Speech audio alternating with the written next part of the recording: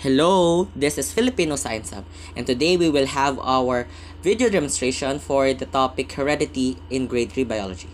For the materials needed, we need nips or the candies, and then yung paglalagyan natin, yung plastic cups, and para sa ating pag-name, we have marker.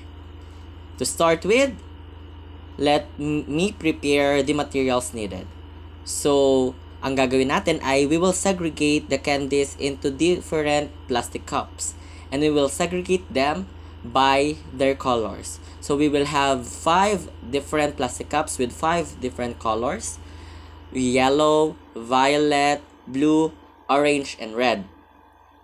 So, kailangan ma-distribute natin sila by their color kasi ito yung magiging basis ng traits mixing natin later. And ito yung pinaka-essence ng ating activity.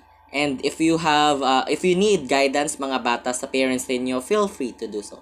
So, 5 siya. Need lang natin ng 4 pala. So, itatabi natin mamaya yung yellow. So, we will label the red mother A, the blue father A, and then the orange as mother B, and lastly, the violet color with father B.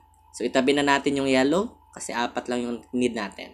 So, for the first scenario, we will have 3 different offspring. So, offspring 1, offspring 2, and lastly, offspring 3. So, ayan. So, ang gagamitin muna natin ay mother A, red, and father A, blue.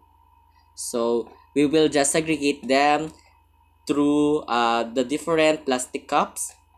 And take note, dapat in random order since we want to have different ratios of the colors or the traits that coming from the mother and the father. So, after this, yan, we will count offspring 1, offspring 2, and offspring 3. And for the second scenario, we will have the violet color or the father B and the orange mother B. So, ganun din, katulad lang din kanina. Ayan, yun yung mga bilang. And that's all. And don't forget to answer the questions on your worksheets. And I hope na marami kayong natutunan.